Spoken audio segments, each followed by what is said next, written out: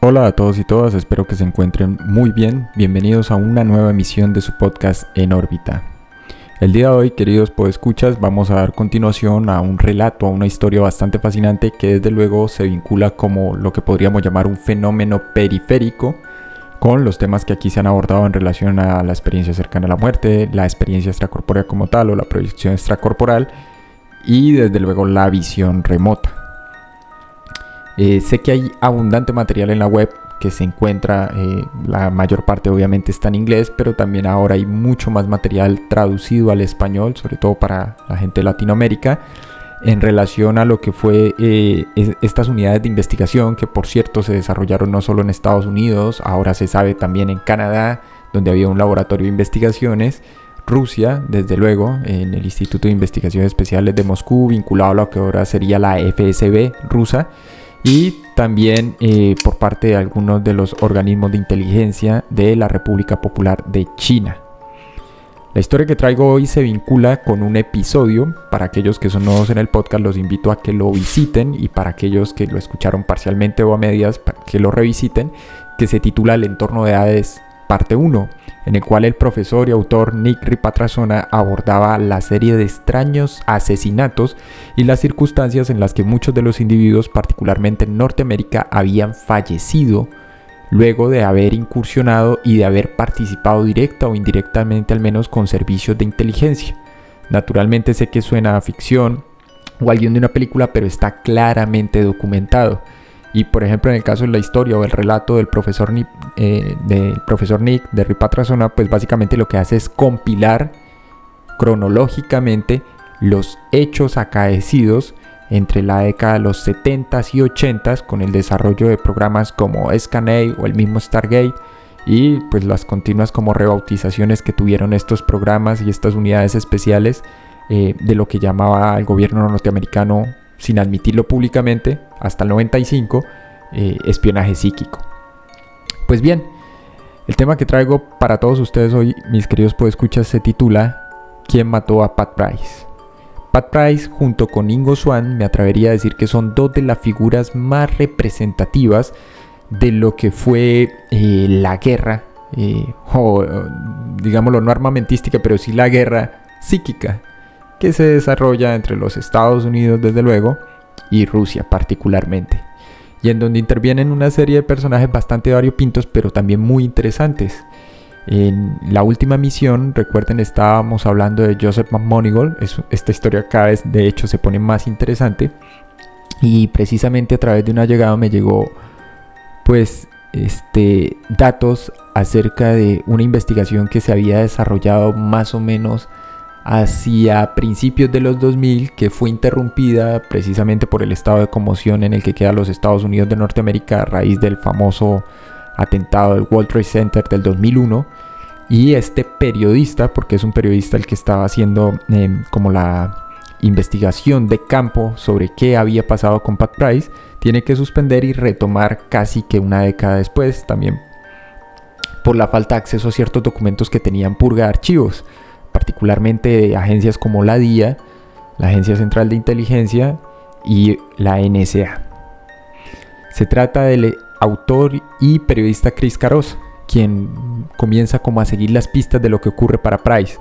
La historia pública y oficial es que Price muere en un cuarto de hotel cerca de Las Vegas en extrañas circunstancias.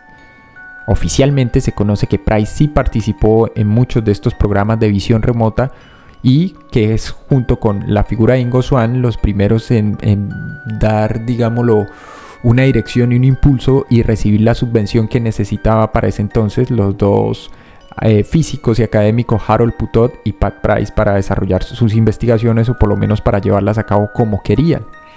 Es así entonces como nos encontramos con la extraña figura de Price. Curiosamente, en la web no es que haya mucho ni en inglés ni en español. Patrick H. Price o Patrick Harold Price nació el 8 de diciembre de 1918 en Salt Lake City, Utah. Se casó en el 39, trabajó como oficial de policía en Burbank. Antes de eso tuvo un breve periodo en el consejo de su ciudad, y ya retirado fue incorporado al programa de espionaje psíquico de la CIA.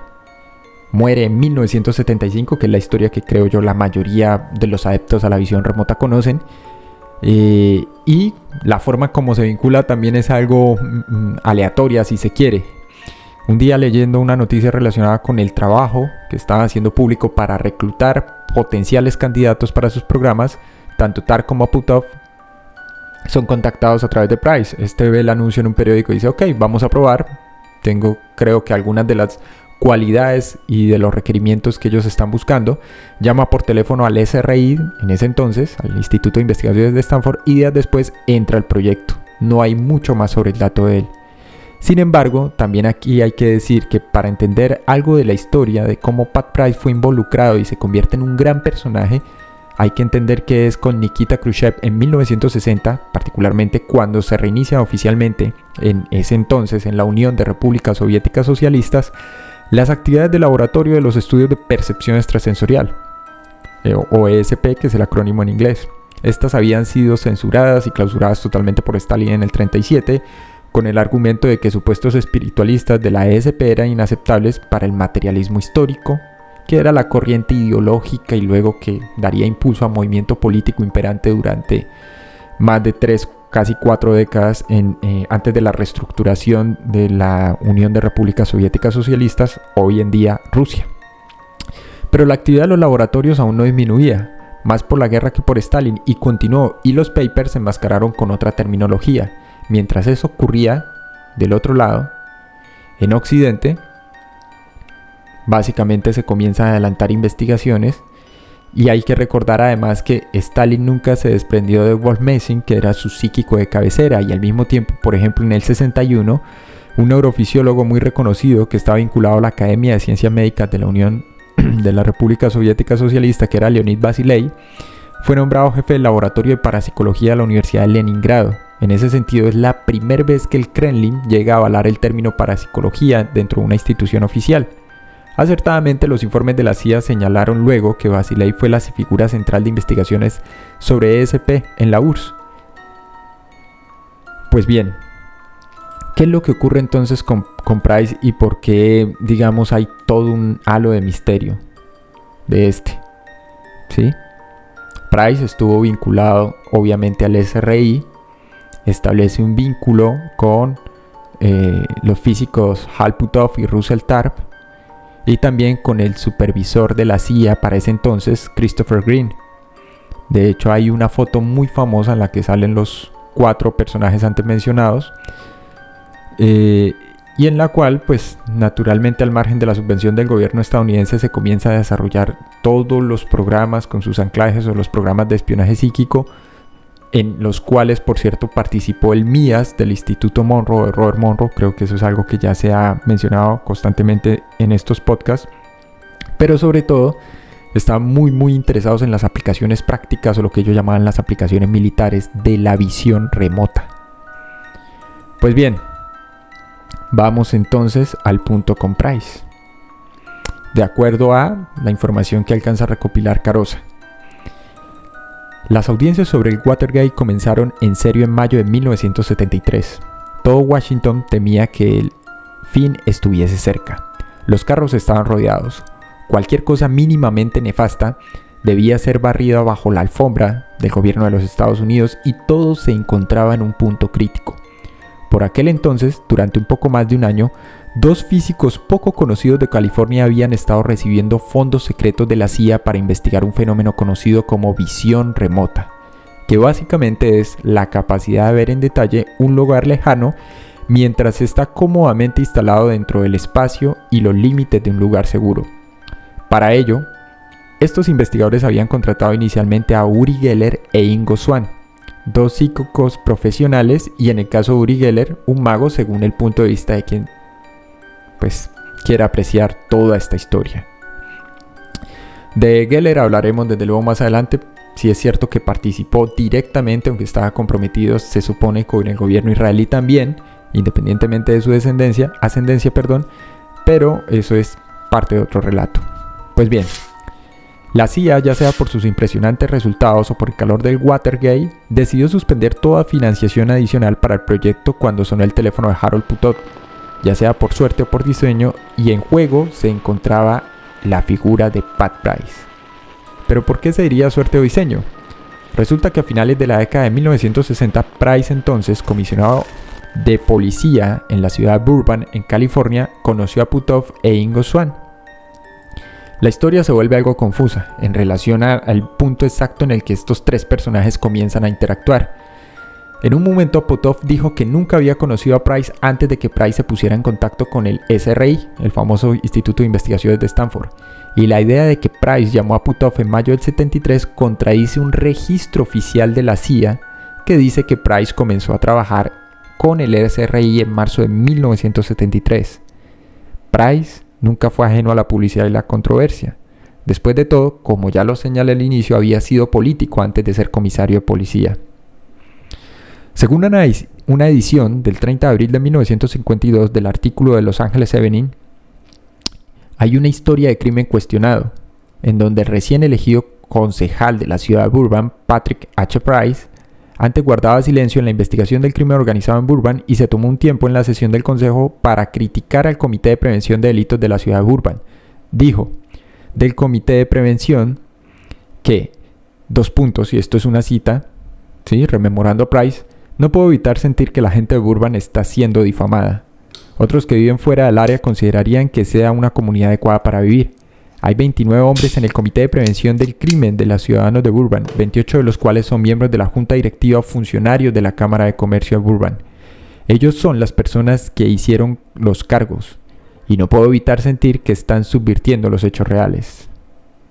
Pues bien, entonces aquí surge la primera pregunta de todas.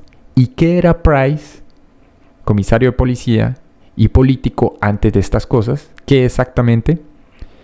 Pues bien, en el apogeo de las audiencias del famoso proyecto MKUltra en 1977, el Chicago Tribune escribió que el director de la CIA de ese entonces, Stanfield Turner, dijo a los periodistas durante un desayuno de trabajo que los agentes de inteligencia estadounidenses habían estado descubriendo que la Unión Soviética gastaba grandes cantidades de dinero y que tenía un presupuesto destinado y tiempo investigando si los métodos psíquicos podrían usarse para espiar a otras naciones. Turner se negó a ser específico, pero confirmó informes en el que los rusos estaban estudiando personas que afirmaban ser capaces de cosas como leer la mente, teletransportarse a través de sueños o reuniones secretas e incluso predecir el futuro o, si se quiere, los futuros probables. En ese mismo desayuno, Turner dijo que la agencia encontró un hombre que podía ver lo que estaba pasando en cualquier parte del mundo a través de sus habilidades psíquicas. Desde luego, Turner se estaba refiriendo, el director de la CIA, al muy ya famoso dentro de ese pequeño círculo nicho, Pat Price. El hombre del que hablaba Turner, desde luego, era Price. ¿Podría ser esto que la CIA realmente hubiese encontrado a alguien con capacidades y habilidades realmente excepcionales? La agencia encontró al hombre que podía ver cualquier cosa. Turner no reveló cuán efectivo era este hombre misterioso, pero sí dijo que la agencia abandonó el proyecto en 1975. Todo lo que el director de la CIA dijo sobre el hombre fue que murió y no hemos sabido nada de él desde entonces. Pat Price muere de un aparente ataque cardíaco en una habitación del Hotel de Las Vegas exactamente en julio de 1975. Pero aquí hay que recapitular y dar contexto para entender qué es lo que ocurrió. Volvamos entonces a junio del 73. En una serie de reuniones que ahora se cuentan ampliamente, Ingo Swann y Price descubrieron de forma independiente una instalación gubernamental super secreta en Virginia.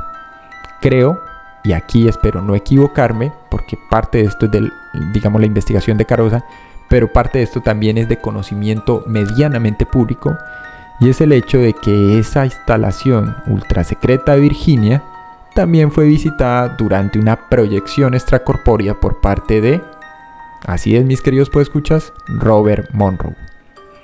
Una tarde se encontraba descansando, poco después llegan a visitarlo unos agentes, no especifica de qué agencia son, pero sí es cierto, y aquellos que lo conocían a fondo dicen que durante sus últimos años ya al margen y ya no bajo su dirección, en el caso del Instituto Monroe, el mismo Robert se había puesto algo paranoico.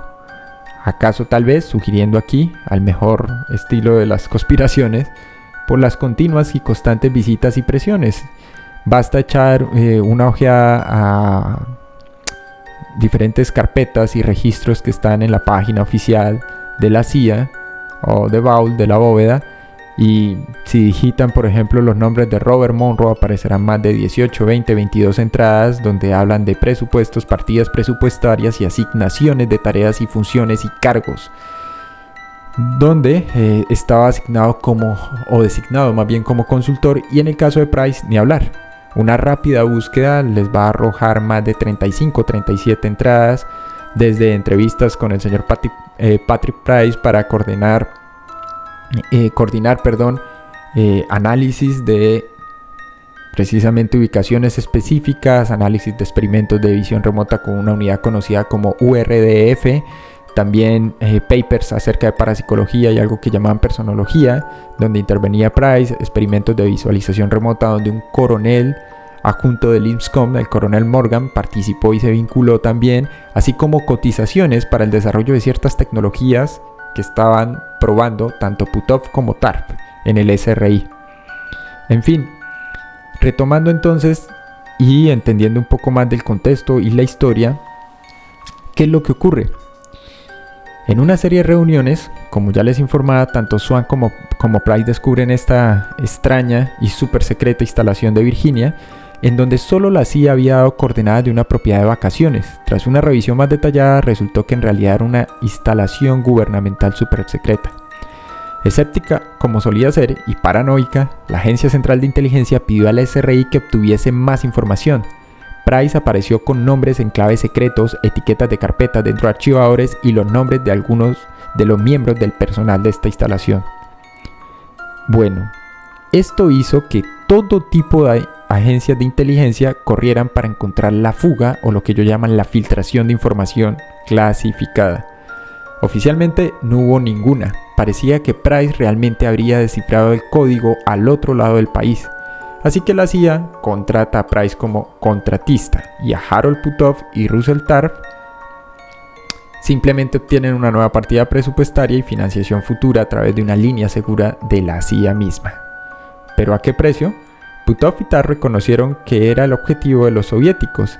Es de suponer que alguien tan notable como Pat Price también pudiera haber caído en el punto de mira de los rusos. Dentro del contexto, sí, recapitulamos fechas, digamos coincide con parte de esa tensión político-militar que se vivió a finales de los 70 y durante toda la década de los 80, con la famosa Guerra Fría. Pues bien, no es difícil entender por qué. El fabricante de instrumentos paranormales, James Hickman, cuando fue entrevistado por William Stuckey para la revista Science Digest, dijo: supongamos que tenemos un mundo en el que varias personas tienen la capacidad de interferir psíquicamente con maquinaria de defensa y cintas de computadora.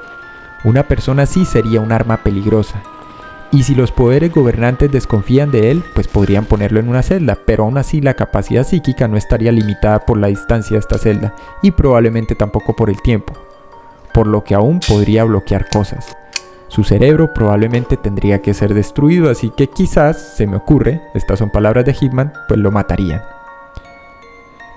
Para aquellos que no están familiarizados, hay un término literario, una acepción llamada efecto escopeta en la pared. Significa que si el autor se esfuerza por decirte que hay una escopeta en la pared, es probable que tarde o temprano esta desempeñe un papel. La última declaración de Hickman podría considerarse como un tipo similar de presentimiento, pero ¿es un presentimiento si ya sucedió? Recuerden que el artículo de Stuckey se publicó en octubre del 76.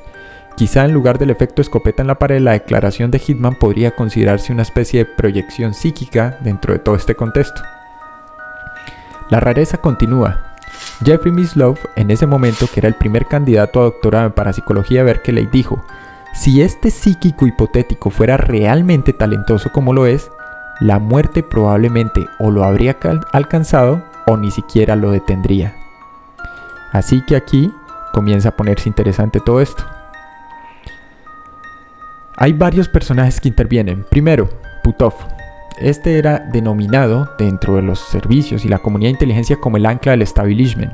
Era un respetado físico láser que había escrito un libro de texto de física cuántica y su trabajo en proyectos de partículas más rápidas que la luz había hecho incomprensible el salto a lo que muchos denominaban el extraño fenómeno psíquico. Lo más intrigante es que Putov trabajó también una vez, oficialmente al menos, para la Agencia de Seguridad Nacional NSA y hablaba perfecto ruso. Por otro lado, Russell Targ tenía una formación académica un poco más tradicional. Había sido el inventor del láser de dióxido de carbono, un elemento central en la investigación que intentaba capturar la fusión termonuclear para proporcionar electricidad, pero también tenía una fuerte, digámoslo, vinculación con lo paranormal. Había desarrollado una máquina, él decía, un dispositivo tecnológico de carácter físico que permitía facilitar el entrenamiento de SP e incrementar las capacidades de cualquier individuo. Lo curioso es que ambos se vinculan con Price y pues tiempo después, como ya es de conocimiento público, Price fallece en extrañas circunstancias. Muchos consideran que Pat Price fue asesinado por los soviéticos o por la propia CIA. Sin embargo, y pese a que se dice que muchos consideran que fue prematura la muerte de esta superestrella del entorno psíquico y de la visión remota, y que resulta difícil de creer que fue por causas naturales, pues el misterio permanece. Mil gracias a todos por escuchar. Recuerden, pueden escribir a enorbitapodcast1@gmail.com o a academiadeproyeccionastral@gmail.com. Continúan abiertos los cupos. Los cursos son 100% personalizados para la experiencia fuera del cuerpo. Y si requieren información, no duden en escribir o contactar. En el canal de YouTube, en Órbita Podcast, también está el enlace para que se suscriban, compartan, y para aquellos interesados en cotizar o saber sobre los cursos, está allí también el Telegram. Mil gracias a todos y nos veremos en una próxima emisión.